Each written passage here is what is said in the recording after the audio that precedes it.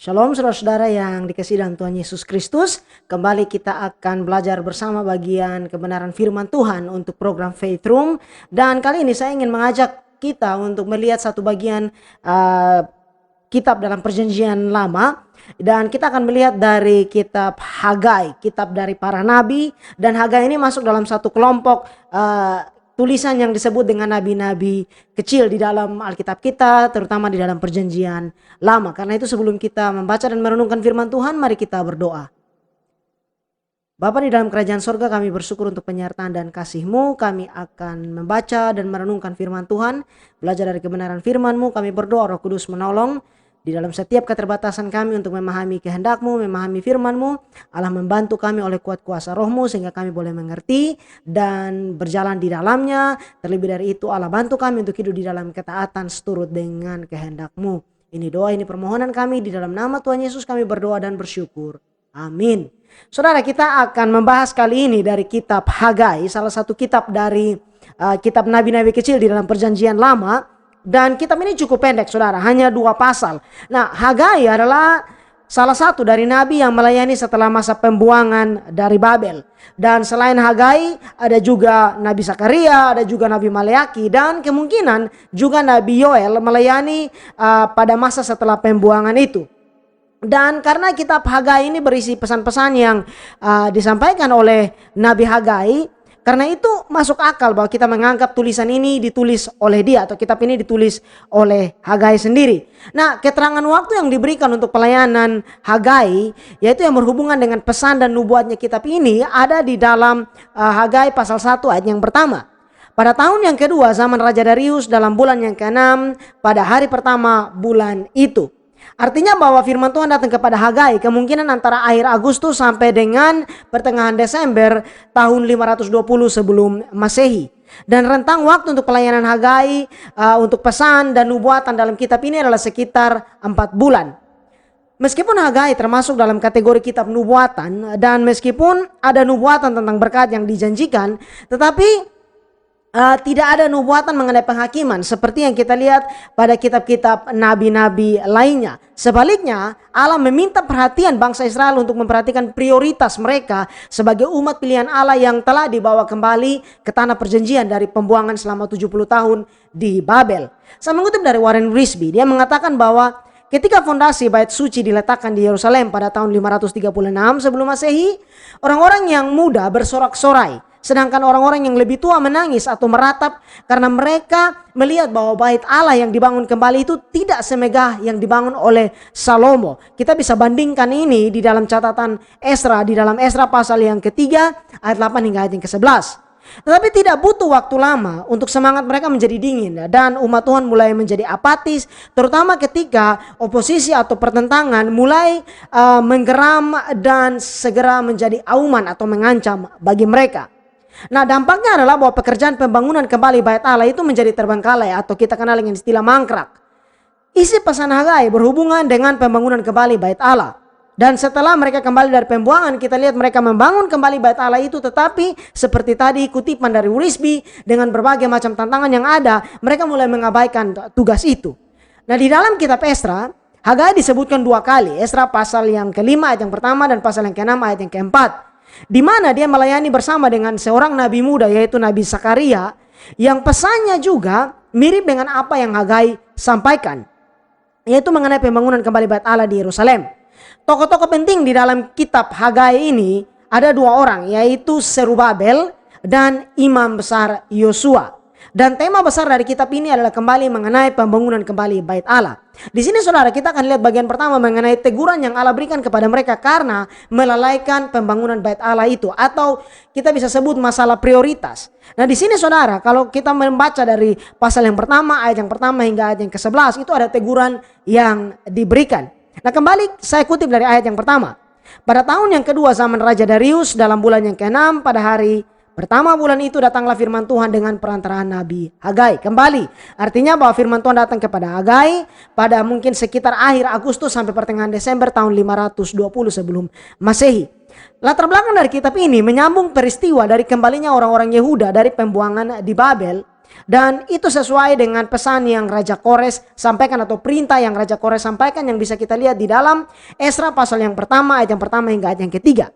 Dikatakan bahwa pada tahun pertama zaman Kores, Raja Negeri Persia, Tuhan menggerakkan hati Kores, Raja Persia itu untuk menggenapkan firman yang diucapkan oleh Yeremia, sehingga disiarkan di seluruh kerajaan Kores secara lisan dan tulisan pengumuman ini. Beginilah perintah Kores, Raja Persia. Segala kerajaan di bumi telah dikaruniakan kepadaku oleh Tuhan, Allah semesta langit, yang menugaskan aku untuk mendirikan rumah baginya di Yerusalem yang terletak di Yehuda. Siapa di antara kamu termasuk umatnya, Allahnya menyertainya. Biarlah ia berangkat pulang ke Yerusalem yang terletak di Yehuda dan mendirikan rumah Tuhan Allah Israel, yakni Allah yang diam di Yerusalem. Dan kemudian saudara, kalau kita membaca hal itu lebih jauh, bahwa Zerubabel dan Imam Yosua memimpin rombongan pertama yang kembali ke Yerusalem ini bersama-sama dengan Ezra. Nah, apa penerapan yang bisa kita tarik saudara? Bahwa kita bisa belajar dari kehidupan mereka. Meskipun pada tahun-tahun yang sulit setelah mereka kembali dari pembuangan, Allah tidak melupakan mereka. Tuhan berbicara kepada umatnya melalui Nabi Hagai ini, bahwa di setiap musim hidup kita, Allah memperhatikan kita.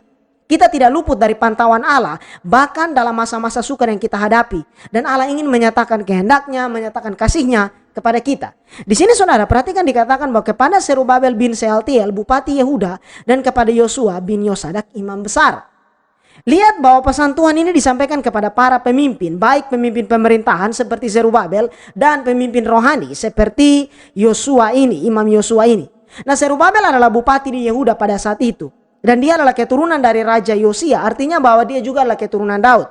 Nama Zerubabel muncul dalam silsilah Tuhan Yesus yang dicatat di dalam Matius dan juga di dalam Lukas. Sedangkan Imam Yosua adalah imam besar yang bersama-sama dengan Zerubabel memimpin rombongan pertama orang-orang Yehuda yang kembali dari pembuangan. Dan kitab Sakaria itu mencatat mengenai Imam Yosua yang disebutkan secara khusus, di mana dalam penglihatan Sakaria dia melihat imam besar Yosua berdiri di hadapan Tuhan, sedang imam ini didakwa oleh iblis. Tetapi kemudian iblis dihardik dan kepada Yosua diberikan pakaian baru. Selain pemimpin orang-orang Yehuda kembali ke Yerusalem, mereka berdua juga memimpin bangsa itu untuk memulihkan penyembahan kepada Allah dan membangun kembali bait Allah. Jadi saudara, bahwa pembangunan bait Allah itu bukan hanya sekedar bangunan gedung untuk mereka beribadah, tetapi lebih dari itu adalah simbol dari kebangunan rohani mereka. Nah, kita melihat isi pesan Tuhan melalui Hagai kepada Zerubabel dan imam besar Yosua ini. Lihat di ayat yang kedua sampai ayat yang ke-6. Beginilah firman Tuhan semesta alam, bangsa ini berkata, sekarang belum tiba waktunya untuk membangun kembali rumah Tuhan. Maka datanglah firman Tuhan dengan perantaraan Nabi Hagai, bunyinya, apakah sudah tiba waktunya bagi kamu untuk mendiami rumah-rumahmu yang dipapani dengan baik, sedang rumah ini tetap menjadi reruntuhan? Oleh sebab itu, beginilah firman Tuhan semesta alam, perhatikanlah keadaanmu. Kamu menabur banyak, tetapi membawa pulang hasil sedikit. Kamu makan, tetapi tidak sampai kenyang. Kamu minum, tetapi tidak sampai puas. Kamu berpakaian, tetapi badanmu tidak sampai panas. Dan orang yang bekerja untuk upah, ia bekerja untuk upah yang ditaruh dalam pundi-pundi yang berlubang. Pesan yang disampaikan oleh Nabi Hagai ini adalah teguran dari Allah kepada orang-orang Yehuda yang mengabaikan pembangunan bait Allah dan lebih mengutamakan kepentingan mereka sendiri, kepentingan pribadi mereka. Menurut catatan Esra, pada tahun 538 sebelum Masehi, seperti yang sudah kita bahas di pembukaan tadi, Raja Kores dari Persia mengizinkan orang-orang Yahudi untuk kembali ke Yerusalem setelah masa pembuangan itu. 2 tahun kemudian, pada tahun 536 sebelum Masehi, pembangunan Bait Suci itu dimulai. Pembangunan kembali itu dimulai, dipimpin oleh Zerubabel. Nah, pekerjaan pembangunan ini kemudian sempat terhenti setelah 2 tahun masa itu, yaitu pada tahun 534 sebelum Masehi. Setelah 14 tahun, hal itu diabaikan. Pekerjaan Bait Suci kemudian dilanjutkan kembali pada tahun 520 sebelum Masehi dan selesai 4 tahun kemudian pada tahun 516 sebelum Masehi. Jadi saudara, kita lihat di sini bahwa isu utama adalah mengenai prioritas atau hal yang utama di dalam kehidupan mereka. Di mana hal pembangunan bait Allah yang adalah lambang hadirat Allah dan tempat di mana bangsa itu menyembah Allah diabaikan, dan justru mereka malah mengutamakan kepentingan mereka sendiri. Tuhan bertanya kepada mereka, apakah sudah tiba waktunya bagi kamu untuk mendiami rumah-rumahmu yang dipapani dengan baik, sedang rumah ini tetap menjadi reruntuhan. Pembangunan kembali bait suci adalah tugas yang sangat istimewa, karena hal itu berarti pemulihan peribadatan yang sejati di Yerusalem. Nah, mengapa mereka berkata bahwa sekarang belum tiba waktunya untuk membangun kembali rumah Tuhan? Dan mereka mengabaikan pekerjaan pembangunan rumah Allah itu. Ada mungkin beberapa alasan. Mungkin mereka berasa bahwa pekerjaan itu terlalu berat. Mungkin mereka berpikir bahwa mereka tidak memiliki sumber daya dan tenaga yang cukup untuk melakukan pekerjaan itu. Mungkin mereka masih takut terhadap ancaman dari musuh-musuh di sekeliling mereka. Dan bahkan mungkin mereka tidak melihat hal itu sebagai satu urgensi atau kebutuhan yang penting. Tetapi apapun alasan mereka ini, itu adalah hal yang ditegur oleh Tuhan. Persoalan yang sama mungkin kita alami di mana kita mengabaikan panggilan Tuhan di dalam hidup kita dengan berbagai alasan yang mungkin bisa kita pikirkan dan buat. Perhatikan bahwa alasan mereka itu cukup lihai. Mereka tidak mengatakan bahwa mereka tidak mau membangun rumah Tuhan itu, tetapi menurut mereka bahwa belum waktunya saja. Mungkin karena hambatan atau tantangan yang besar terhadap pekerjaan itu, maka umat Tuhan mulai membuat alasan dan memutuskan untuk bahwa itu belum waktunya untuk membangun kembali bait Allah. Mereka mungkin seolah berkata bahwa jika hal ini sulit untuk dilakukan, maka Tuhan tidak ingin kita melakukannya sekarang. Setidaknya untuk sekarang, maksud mereka itu. Nah, pernahkah kita menemukan diri kita membuat alasan yang serupa? Benjamin Franklin pernah mengatakan demikian.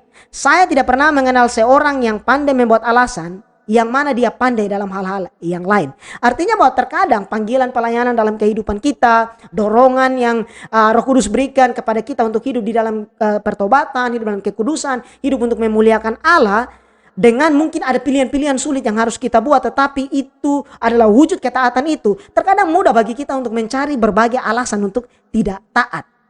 Nah, di sini saudara, teguran sudah Allah berikan. Dikatakan demikian, oleh sebab itu beginilah firman Tuhan semesta alam. Perhatikanlah keadaanmu. Kamu menabur banyak tetapi membawa pulang hasil sedikit. Kamu makan tetapi tidak sampai kenyang. Kamu minum tetapi tidak sampai puas. Kamu berpakaian tetapi badanmu tidak sampai panas. Dan orang yang bekerja untuk upah yang ditaruh dalam pundi-pundi yang berlubang. Bahwa karena mereka mengabaikan Allah, maka apa yang mereka upayakan dan usahakan tidak membuahkan hasil. Dan mereka tidak merasa dipuaskan oleh hasil upaya mereka sendiri. Dalam semua ini ada panggilan pertobatan yang diberikan. Perhatikan ayat yang ke-7. Beginilah firman Tuhan semesta alam, perhatikanlah keadaanmu. Nah, hal mengabaikan pekerjaan Tuhan, panggilan Tuhan dalam hidup kita, membuat kita terkadang tidak menyadari keadaan kita. Seperti orang-orang Israel ini. Mereka tidak sadar bahwa apa yang terjadi pada mereka dengan kegagalan dalam pekerjaan dan usaha mereka itu adalah karena mereka mengabaikan pekerjaan Tuhan. Di sini kemudian ada perintah yang diberikan. Lihat di ayat yang ke-8. Jadi naiklah ke gunung, bawalah kayu dan bangunlah rumah itu. Maka aku akan berkenan kepadanya dan akan menyatakan kemuliaanku di situ, firman Tuhan. Teguran Allah ini bahwa sekarang adalah saatnya bagi mereka untuk sadar dan lebih melihat pekerjaan Tuhan, panggilan pelayanan mereka pribadi lepas pribadi.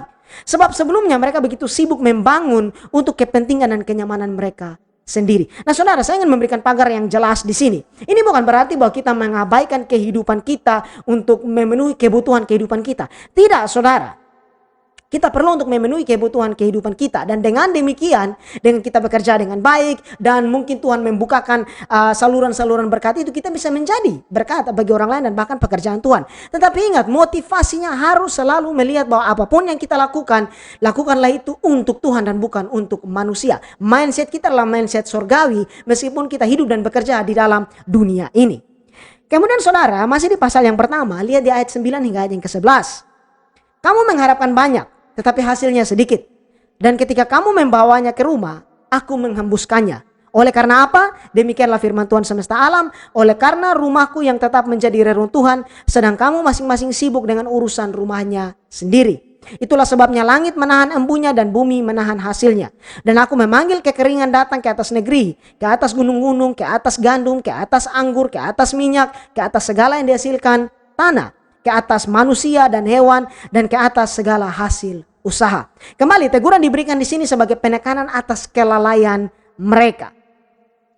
Kemudian saudara, bagaimana tanggapan bangsa itu, terutama juga oleh pemimpin-pemimpin mereka, baik pemimpin pemerintahan dan pemimpin rohani. Lihat di pasal yang pertama ayat 12 sampai pasal yang kedua ayat yang pertama. Di sini saudara dikatakan demikian. Lalu Zerubabel bin Sealtiel dan Yosua bin Yosadak, imam besar, dan selebihnya dari bangsa itu mendengarkan suara Tuhan Allah mereka. Dan juga perkataan Nabi Hagai sesuai dengan apa yang disuruhnya kepadanya oleh Tuhan Allah mereka. Lalu takutlah bangsa itu kepada Tuhan. Pesan firman Tuhan itu ditanggapi dengan kerendahan hati dan ketaatan. Ada dua hal penting sebagai langkah awal di sini. Yang pertama, mereka mendengarkan suara Tuhan. Mendengar suara Tuhan saat kita sekarang mendengar lewat firman-Nya adalah hal yang penting untuk memulai sebuah pekerjaan atau pelayanan. Tetapi ini justru terkadang menjadi hal yang paling gampang diabaikan. Kita terkadang cenderung untuk langsung melompat kepada tindakan, sikap, kegiatan dan segala sesuatu yang kita pikirkan untuk kita lakukan. Ingat saudara, hal pertama yang kita perlu ingat adalah mendengar suara Tuhan. Sehingga apapun yang kita lakukan di dalam kehidupan kita, di dalam pelayanan kita, katakanlah saya berbicara di dalam konteks pelayanan, program-program pelayanan yang ada harus ditarik atau mengalir keluar dari kebenaran firman Tuhan. Dari pengajaran firman Tuhan yang solid, yang benar, dengan pengamatan yang baik akan teks firman Tuhan, dengan pemahaman yang baik akan firman Tuhan sehingga bisa menarik penerapan yang benar. Kemudian saudara, hal kedua di sini adalah sikap takut akan Allah. Lalu takutlah bangsa itu kepada Tuhan. Sikap takut akan Allah memimpin kepada ketaatan. Ingat saudara bahwa sikap takut akan Tuhan di sini yang dimaksudkan di dalam Alkitab bukanlah dalam arti ketakutan, tetapi lebih kepada sikap menghormati Allah sebagai pencipta dan penguasa alam semesta ini. Lalu ayat yang ke-13. Maka berkatalah Hagai utusan Tuhan itu, menurut pesan Tuhan kepada bangsa itu demikian. Aku ini menyertai kamu, demikianlah firman Tuhan. Bahwa terhadap tanggapan bangsa itu atas firman Tuhan yang Tuhan sampaikan mengenai janji dan penyertaannya, kita lihat di sini ada janji penyertaan Tuhan. Allah menyertai kita. Segala sesuatu yang kita lakukan dalam kehidupan kita, baik pribadi, baik pelayanan, ingat hal yang terpenting adalah penyertaan dari Tuhan itu. Ayat 14. Tuhan menggerakkan semangat Zerubabel bin Sealtiel bupati Yehuda dan semangat Yosua bin Yosadak imam besar dan semangat selebihnya dari bangsa itu, maka datanglah mereka lalu melakukan pekerjaan pembangunan rumah Tuhan semesta alam Allah mereka. Allah bukan saja menyertai mereka dalam melakukan pekerjaan pembangunan kembali bait Allah itu, tetapi Dia memberikan mereka semangat untuk bisa melakukannya. Ingat saudara bahwa terkadang kita berpikir bahwa kita harus mengumpulkan semangat kita sendiri dan kemudian merasa mood kita cocok baru kita mulai melakukan tugas dan tanggung jawab dan pelayanan kita. Tidak saudara, lihat contoh yang firman Tuhan ini sampaikan. Mendengar firman Tuhan, taat akan firman Tuhan dan Allah menggerakkan hati dan semangat kita. Kemudian lihat di pasal yang kedua ayat yang pertama bagian A. Pada hari yang ke-24 dalam bulan yang ke-6. Ini menarik bahwa pencatatan tanggal yang rinci ini menunjukkan bahwa kisah ini bukan karangan, tetapi sebuah peristiwa yang benar-benar terjadi, suatu fakta sejarah. Nah di sini kita lihat di pasal yang kedua, mulai dari ayat yang pertama bagian B sampai dengan ayat yang ke-10 ada janji penyertaan dan penyediaan Allah. Saya bacakan untuk kita semua. Pada tahun yang kedua zaman Raja Darius, dalam bulan yang ke-7 pada tanggal 21 bulan itu, datanglah firman Tuhan dengan perantara anak Nabi Hagai bunyinya. Katakanlah kepada Zerubabel bin Sealtiel bupati Yehuda dan kepada Yosua bin Yosadak imam besar dan kepada selebihnya dari bangsa itu demikian. Masih adakah di antara kamu yang telah melihat rumah ini dalam kemegahannya semula? Dan bagaimanakah kamu melihat keadaannya sekarang? Bukankah keadaannya di matamu seperti tidak ada artinya? Tetapi sekarang kuatkanlah hatimu hai Zerubabel, demikianlah firman Tuhan. Kuatkanlah hatimu hai Yosua bin Yosadak imam besar. Kuatkanlah hatimu hai segala rakyat negeri, demikianlah firman Tuhan. Bekerjalah sebab aku ini menyertai kamu, demikianlah firman Tuhan semesta alam. Sesuai dengan janji yang telah kuikat dengan kamu pada waktu kamu keluar dari Mesir, dan rohku tetap tinggal di tengah-tengahmu. Janganlah takut, sebab beginilah firman Tuhan semesta alam. Sedikit waktu lagi maka aku akan menggoncangkan langit dan bumi, laut dan darat. Aku akan menggoncangkan segala bangsa sehingga barang yang indah-indah kepunyaan segala bangsa datang mengalir. Maka aku akan memenuhi rumah ini dengan kemegahan firman Tuhan semesta alam. Kepunyaanku lah perak dan kepunyaanku lah emas. Demikianlah firman Tuhan semesta alam. Adapun rumah ini kemegahannya yang kemudian akan melebihi kemegahannya yang semula, firman Tuhan semesta alam. Dan di tempat ini aku akan memberi damai sejahtera, demikianlah firman Tuhan semesta alam. Saudara perhatikan ada satu frasa yang berulang-ulang disampaikan di sini. Tuhan semesta alam. Ini merujuk kepada gelar Allah sebagai penguasa alam semesta ini. Kita perlu ingat bahwa di sini Allah menunjukkan siapa dirinya. Bangsa itu mungkin berpikir bahwa tugas dan tanggung jawab itu terlalu berat. Tetapi ingat bahwa Allah penguasa alam semesta ini yang menyertai mereka. Dan itu harusnya lebih dari cukup. Demikian juga dengan hidup kita saudara.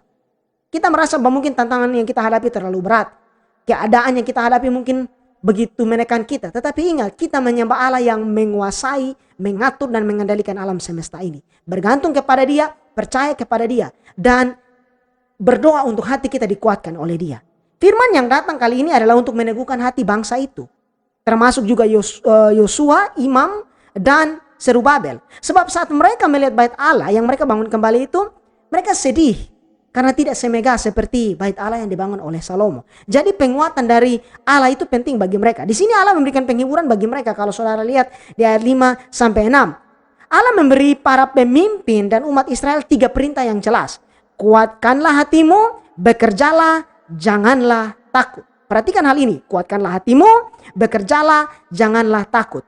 Masing-masing dari ketiga perintah ini penting untuk bagaimana melakukan panggilan pelayanan yang ada. Hal-hal besar tidak akan tercapai tanpa tindakan yang mungkin sederhana tetapi penting untuk dilakukan. Dan ini juga panggilan kehidupan kita. Bahwa kita perlu menguatkan hati kita dan kita melangkah di dalam ketaatan untuk bekerja. Dan jangan takut sebab tahu Allah menyertai kita. Di sini kita melihat dengan jelas bahwa hal yang terpenting bukanlah kemegahan bangunan itu. Allah menyuruh mereka untuk membangun kembali bait Allah itu. Tetapi yang paling utama adalah bahwa Allah mau membentuk hati dari mereka. Saat mereka mau terlibat masuk di dalam pelayanan itu. Inilah saudara yang perlu untuk kita simak bahwa seperti di awal saya katakan bukan hanya sekedar proyek pembangunan itu. Tetapi bagaimana hati mereka itu. Mungkin kita bisa membangun gereja yang besar, kita bisa membangun fasilitas yang besar, kita bisa membangun pelayanan yang besar. Tetapi saudara, hal yang terpenting adalah hati kita. Kenapa? Semua itu hal yang megah, peralatan yang mungkin canggih, segala sesuatu yang mungkin tersedia itu tidak akan berdampak apa-apa bagi kerohanian orang dan kita saat hati kita tidak ada di tempat yang benar. Perhatikan saudara, bahwa Allah mau untuk membentuk hati mereka, membangun hati mereka. Untuk hati mereka tetap kuat di dalam Tuhan dan percaya kepada penyediaan, penyertaan, janji dan hadirat Allah. Lihat saudara di pasal yang kedua ayat 7-9. Sebab beginilah firman Tuhan semesta alam. Sedikit waktu lagi maka aku akan menggoncangkan langit dan bumi, laut dan darat. Aku akan menggoncangkan segala bangsa sehingga barang yang indah kepunyaan segala bangsa datang mengalir. Maka aku akan memenuhi rumah ini dengan kemegahan. Firman Tuhan semesta alam. Kepunyaanku lah perak dan kepunyaanku lah emas. Demikianlah firman Tuhan semesta alam. Jika mereka berpikir bahwa mereka mengabaikan pekerjaan pembangunan bait Allah itu karena tidak adanya sumber daya, maka di sini Allah memberikan jaminan bahwa Allah lah yang berkuasa, pemilik segala sesuatu yang dibutuhkan untuk melakukan pekerjaan itu. Saat kita melayani Tuhan, jangan berfokus atau terbeban dengan kemampuan kita, dengan apa yang kita miliki. Tetapi fokuslah kepada kesediaan hati kita untuk dibentuk dan dipakai oleh Allah. Yang perlu mereka lakukan pada saat itu adalah melangkah dalam ketaatan dan dengan setia melakukan tugas yang Allah berikan serta percaya kepada penyediaan Allah. Perhatikan saudara bahwa bahkan Allah menjanjikan damai sejahtera bagi mereka. Lihat di ayat yang ke-10. Aku akan memberi damai sejahtera, demikianlah firman Tuhan semesta alam.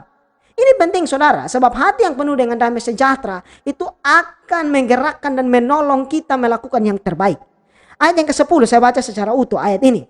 Adapun rumah ini kemegahannya yang kemudian akan melebihi kemegahannya yang semula. Firman Tuhan semesta alam, dan di tempat ini aku akan memberi damai sejahtera. Demikianlah firman Tuhan semesta alam. Nah, menarik bahwa mengapa Tuhan menyebut kemegahan yang kemudian akan melebihi kemegahannya yang semula. Kemegahan dari rumah Tuhan itu. Mengapa? Karena apa? Yang pertama, Herodes akan kemudian kita lihat nanti sepanjang sejarah merombak bait Allah kedua ini dan kemudian membangunnya menjadi lebih besar. Tetapi juga yang paling penting bahwa Yesus sendiri pribadi kedua dari Allah Tritunggal mengunjungi bait Allah itu dan beribadah di sana. Itulah yang membuat kemegahan bait Allah yang akan mereka bangun kembali ini menjadi luar biasa. Ini membuat pembangunan kembali bait Allah itu juga menjadi hal yang penting sehubungan dengan penggenapan akan datangnya Mesias. Maleakhi 3 ayat 1.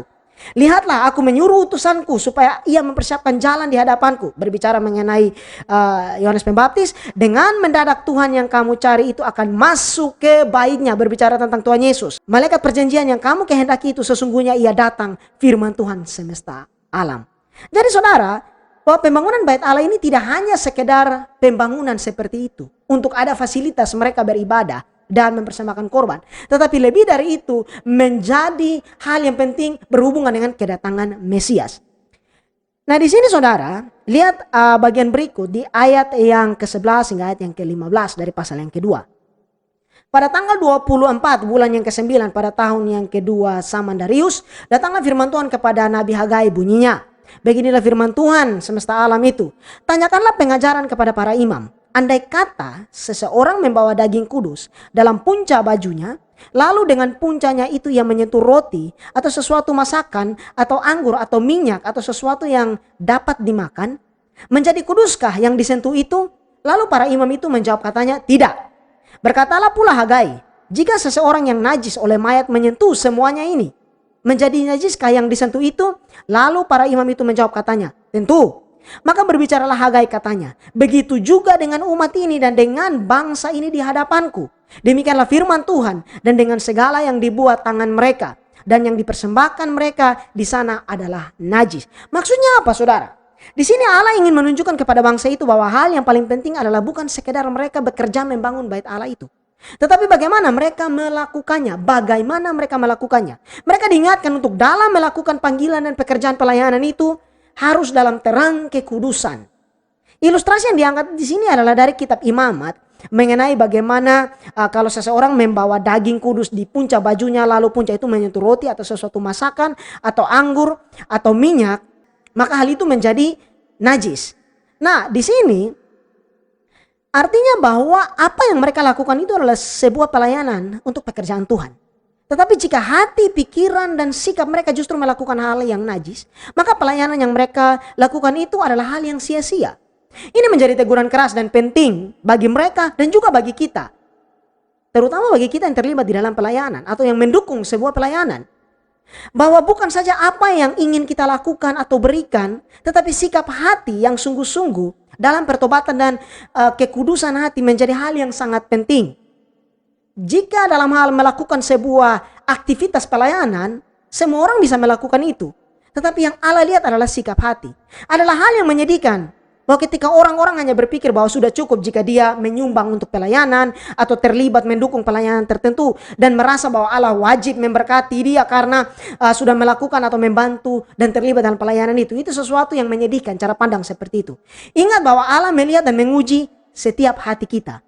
Apa yang kita persembahkan kepada Tuhan, jika tidak didasarkan pada sikap hati yang benar di hadapan Allah, maka itu menajiskan apa yang kita persembahkan. Kemudian saudara, juga ada teguran-teguran yang kembali diberikan di sini ayat 16-20. Maka sekarang perhatikanlah, mulai dari hari ini dan selanjutnya, sebelum ditaruh orang batu demi batu untuk pembangunan bait Tuhan, bagaimana keadaanmu? Ketika orang pergi melihat suatu timbunan gandum yang seharusnya sebanyak 20 gantang, hanya ada 10. Dan ketika orang pergi ke tempat pemerasan anggur dan mencedok 50 takar, hanya ada 20. Aku telah memukul kamu dengan hama dan penyakit gandum dan segala yang dibuat tanganmu dengan hujan batu. Namun kamu tidak berbalik kepadaku, demikianlah firman Tuhan. Perhatikanlah mulai dari hari ini dan selanjutnya. Mulai dari hari yang ke-24 bulan ke-9. Mulai dari hari diletakkannya dasar bait Tuhan. Perhatikanlah. Apakah benih masih tinggal tersimpan dalam lumbung? Dan apakah pohon anggur dan pohon ara, pohon delima dan pohon zaitun belum berbuah? Mulai dari hari ini aku akan memberi berkat. Nah, di sini Allah kembali menegur mereka untuk apa? Jujur. Untuk jujur dan setia kepada apa yang Tuhan sampaikan dan memperhatikan sikap hidup dan perbuatan mereka. Dari teguran yang dicatat di sini nampaknya ada tindakan yang tidak jujur dan menyeleweng yang mereka lakukan. Makanya di sana disinggung bahwa kalau ada timbunan gandum yang seharusnya sebanyak 20 gantang, tetapi hanya ada 10. Atau ketika orang pergi ke tempat pemerasan anggur untuk mencedok 50 takar, hanya ada 20. Jadi ada ketidakjujuran di sana. Allah menegur hal itu. Ingat saudara, Tuhan melihat segala sesuatu. Lalu, bagian terakhir yang akan kita lihat di sini mengenai pengharapan pada kerajaan Allah. Ayat 21 sampai ayat yang ke-24.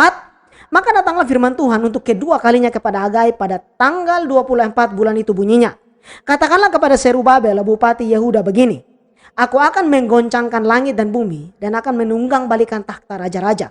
Aku akan memunahkan kekuasaan kerajaan bangsa-bangsa dan akan menjungkir balikan kereta dan pengendaranya. Kuda dan pengendaranya akan mati reba masing-masing oleh pedang temannya.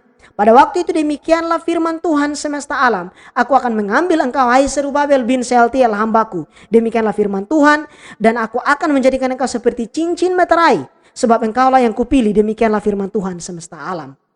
Janji yang diberikan kepada Zerubabel adalah sebuah janji yang besar dan hal yang istimewa. Bahwa nantinya nama Zerubabel ini kita akan lihat muncul dalam silsilah Tuhan Yesus yang baik dicatat oleh Matius dan Lukas. Tetapi menarik ini di sini kita perhatikan bahwa ada panggilan dan tanggung jawab besar yang diberikan kepada Zerubabel. Sebagai penutup saudara, saya ingin menarik penerapan untuk kita lihat dan perhatikan dalam kehidupan kita hari lepas hari. Saya ingin mengutip dari apa yang Paulus tulis dalam Kolose 3:23. Apapun juga yang kamu perbuat, perbuatlah dengan segenap hatimu seperti untuk Tuhan dan bukan untuk manusia. Ada 3 poin utama di sini, yaitu mengenai prioritas, komitmen, dan motif. Apa prioritas dalam hidup saudara dan saya? Apa prioritas terutama dalam kehidupan kita? Kiranya adalah mencari kehendak Allah, berjalan di dalam terang kasih dan kehendaknya, dan dengan demikian kehidupan kita menjadi berkat, menghasilkan buah untuk kemuliaan namanya. Prioritaskan Allah di dalam kehidupan saudara. Apakah yang menjadi komitmen dari kita untuk melakukan hal itu? Dan bagaimana kita menyatakan komitmen itu? Ini menjadi perenungan dan refleksi bagi kita pribadi lepas pribadi. Dan yang terakhir, apa yang menjadi motif kita melakukannya? Apakah untuk kemuliaan Tuhan? Ataukah justru hanya sekedar untuk kepentingan diri kita sendiri? Jawabannya kembali kepada kita, dan kiranya firman Tuhan mencerahkan dan menguji hati kita untuk kita memilih melakukan segala sesuatu bagi kemuliaan Tuhan.